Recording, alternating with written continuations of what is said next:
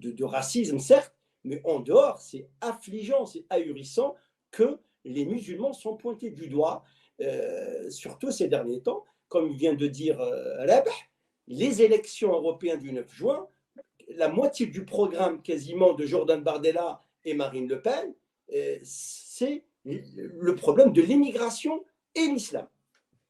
Est-ce que vous reconnaissez qu'il y a une islamophobie galopante, inquiétante, qui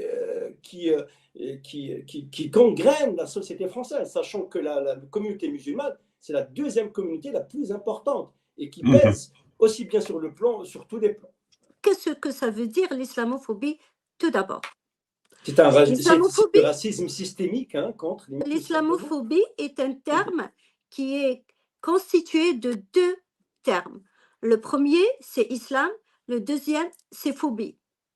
La phobie signifie une peur maladive, une peur excessive qui n'a aucune raison d'être, sauf l'état psychologique de la personne. Et à partir de là, on considère qu'une personne qui est islamophobe est une personne qui a peur de l'islam sans aucune raison et seulement son état psychologique qui est la raison. Donc la peur maladive de l'islam. Moi personnellement, je sais qu'il y a beaucoup de musulmans qui ont peur que l'islam soit pratiqué dans sa version radicale, comme c'est le cas en Afghanistan ou chez les mollahs en Iran. Donc, cette peur de certaines lois de la charia qui imposent des règles discriminatoires concerne aussi les musulmans.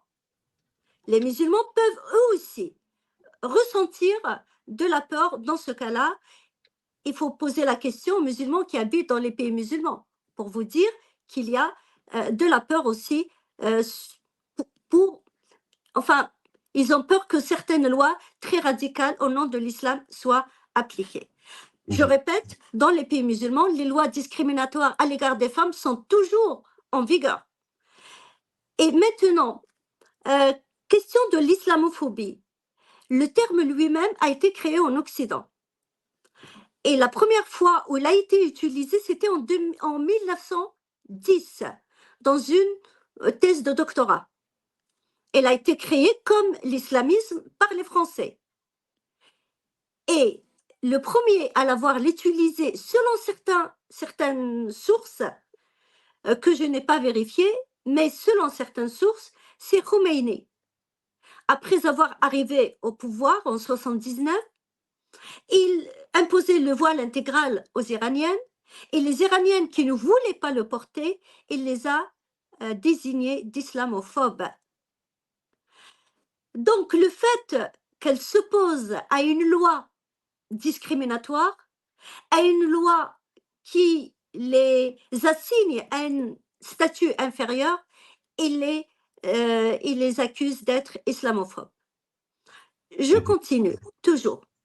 L'islamophobie, les premiers, ou ceux qui l'ont utilisé d'une manière très dure, c'était les frères musulmans dans le monde musulman, contre tous les progressistes du monde musulman.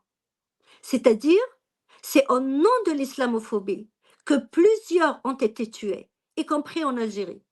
Même si, et je vous donne le nom de Qaradawi, même si le Qaradawi, parfois il utilisait le terme islamophobia, parfois al-khawf min al-islam, il préférait ce terme-là, cette expression en arabe. Mais c'est avec ça que plusieurs ont perdu leur vie dans les pays musulmans. On les a accusés d'être islamophobes. Donc finalement, c'est quoi l'islamophobie? Finalement, l'islamophobie, si on critique l'islam ou on n'est pas d'accord avec une certaine façon de le comprendre ou de le pratiquer, on nous accuse donc d'islamophobes. Je vous parle dans le monde musulman, parce que si on ne fait pas ce regard dans le monde musulman, on oublie. On pense qu'il n'y a qu'en France qu'on accuse les gens d'islamophobes.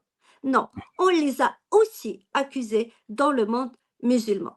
Maintenant, je reviens toujours au terme islamophobie, moi je le situe dans une longue liste de concepts que les musulmans ont mis en place pour empêcher la réflexion et la pensée de s'exprimer dans le monde, quand il s'agit de l'islam.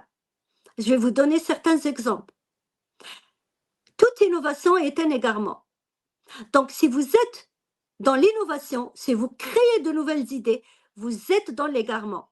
Et l'égarement peut vous coûter votre vie.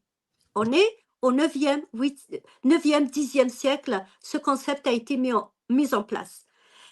Il y a aussi le concept ou l'expression « la religion est une question de cœur et non de raison ». Donc, si vous réfléchissez, si vous raisonnez, si vous dites il y a une contradiction, par exemple, entre le fait de dire qu'il n'y a que Dieu qui détient la vérité absolue, et ensuite vous dites que les savants détiennent la vérité absolue, il y a une contradiction. S'il n'y a que Dieu qui détient la vérité absolue, les savants, les ulama, les salafs ne peuvent pas détenir la vérité absolue. Sinon, ça devient du shirk. Eh bien, on va vous tuer parce que, ou on va vous déclarer comme quelqu'un de mauvais, car pour eux, la religion est une question de cœur et non de raison. Je vais vous ajouter un troisième. Bila kaif, sans demander comment. C'est un concept qui a été mis en place par les Ash'arites vers le XIe siècle. Et la zandaqa, combien de penseurs libres en islam ont perdu leur vie à cause de l'accusation de la zandaqa. Donc l'islamophobie s'ajoute à toute cette liste. N'oublions pas l'histoire de l'islam et des sociétés musulmanes. On ne peut pas comprendre les problèmes de l'islam en France ou en Occident si on efface toute cette histoire